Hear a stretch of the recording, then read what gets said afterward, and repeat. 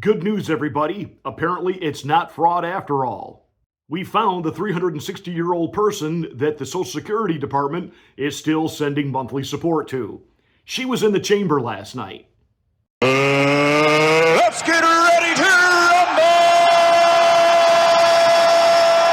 You can't handle the truth. Somebody to the top of the line!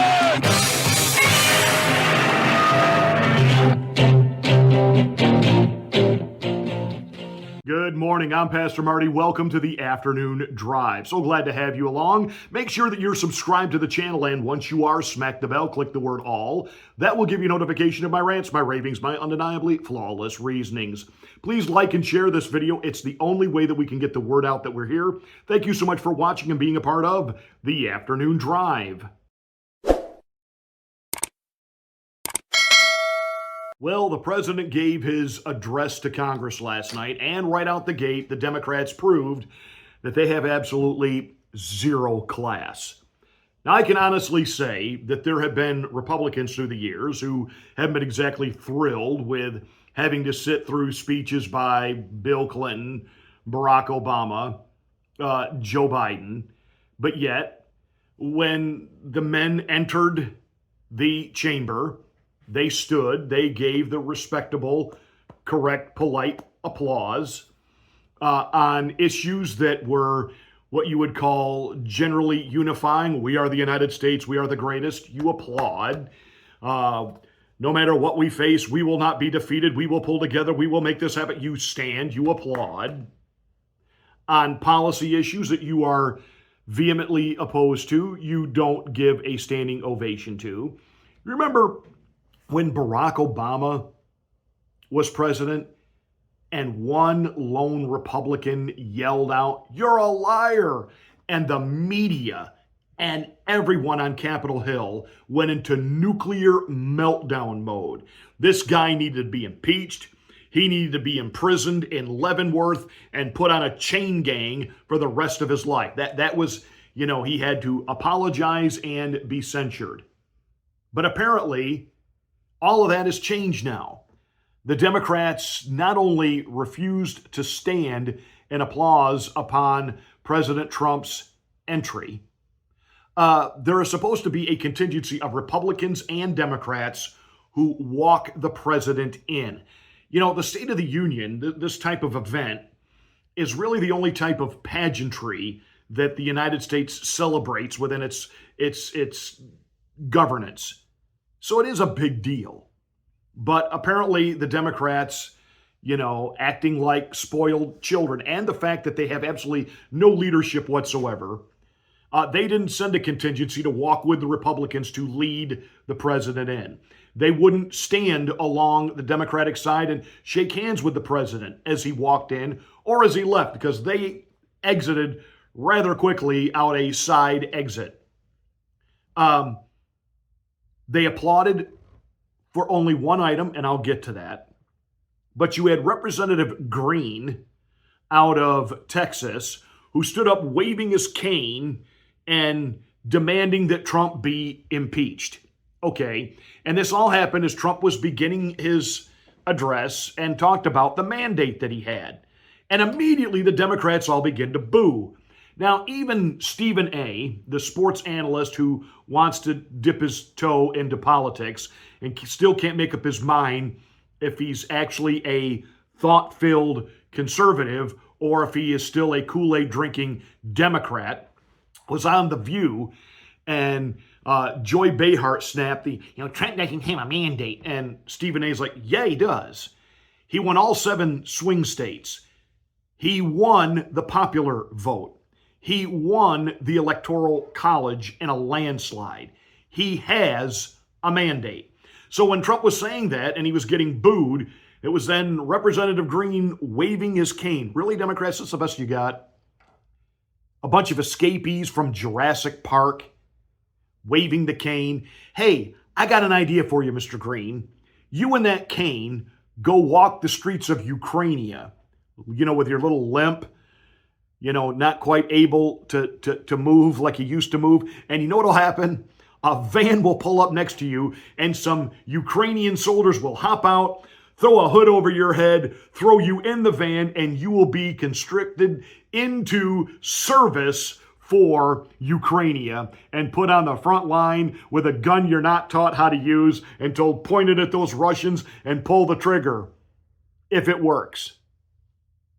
That's the reality of what's going on over there. And hey, you Jurassic Park escapees, I'm telling you, like the woman that's obviously 360 years old, and even Nancy Botox Pelosi, when they would occasionally can over to her, I'm looking at her like, again, all the money you've made on your insider trading from the information that you have within Congress about what's going to happen with certain businesses and the millions you and your husband have been able to bankroll that into, why can you not buy a pair of dentures that actually fit? Watching you constantly doing, having to fix your teeth is, well, it kind of turns my stomach.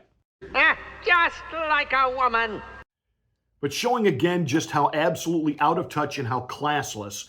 We knew that they weren't going to like any of the accomplishments that President Trump listed, despite the fact he talked about all of the corruption that Doe's is exposing.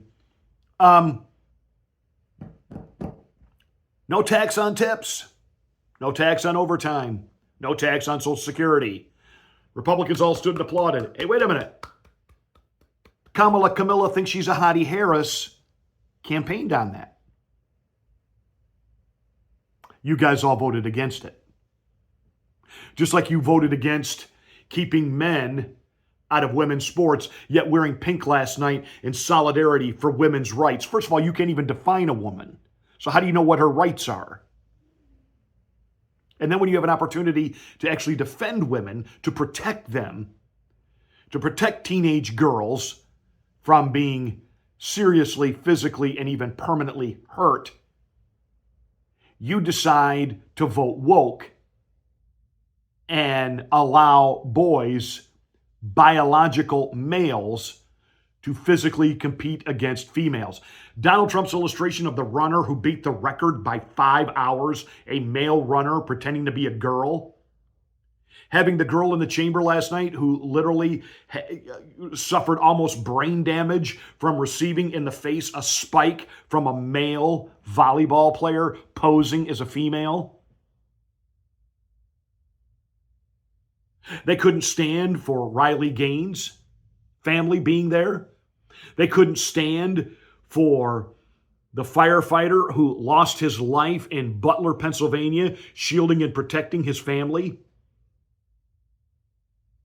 They couldn't stand for a 13-year-old boy named DJ who's been battling cancer for 6 years. I actually teared up when they made him an honorary member of the Secret Service.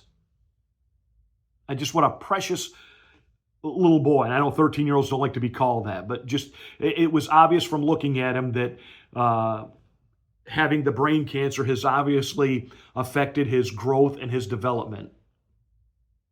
But did you see him hug the neck of the director of the Secret Service as he received his credentials? And then later, when Donald Trump was honoring a young man whose father was killed by awarding him entrance and acceptance into West Point, DJ came over and gave that kid a high five. All of that was moving stuff, and you'd have to be a Democrat or Republican to stand and clap for that. You had to be an American.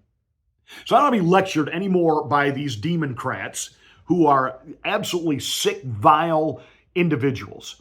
Don't you lecture us on how Trump's decorum with Zelensky was off-putting. What you did last night was on display for all of America to see.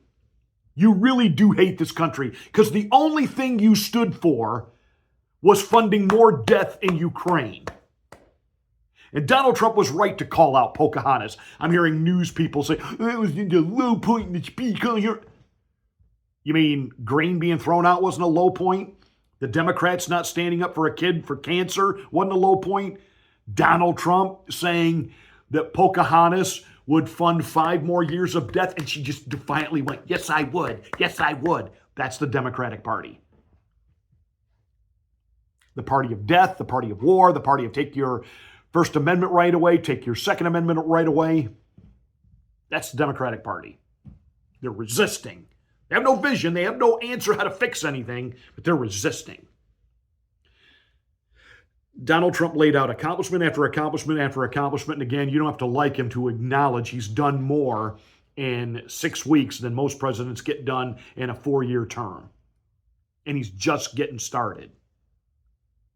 The price of eggs hasn't come down yet. But we're watching in real time the Democrats truly showing their hatred, their disdain for this nation. That was Donald Trump's greatest speech last night. It was awe-inspiring. I love the fact it was 2 hours, and that meant the Democrat from Michigan to give the response had to wait till after 11 o'clock. And her response was pitiful. Pitiful. You people in the Motor City that voted for that, are you serious? I am so proud of our president and what's being done right now, and so absolutely disgusted by the walking sewer seepage that calls themselves the Democratic Party.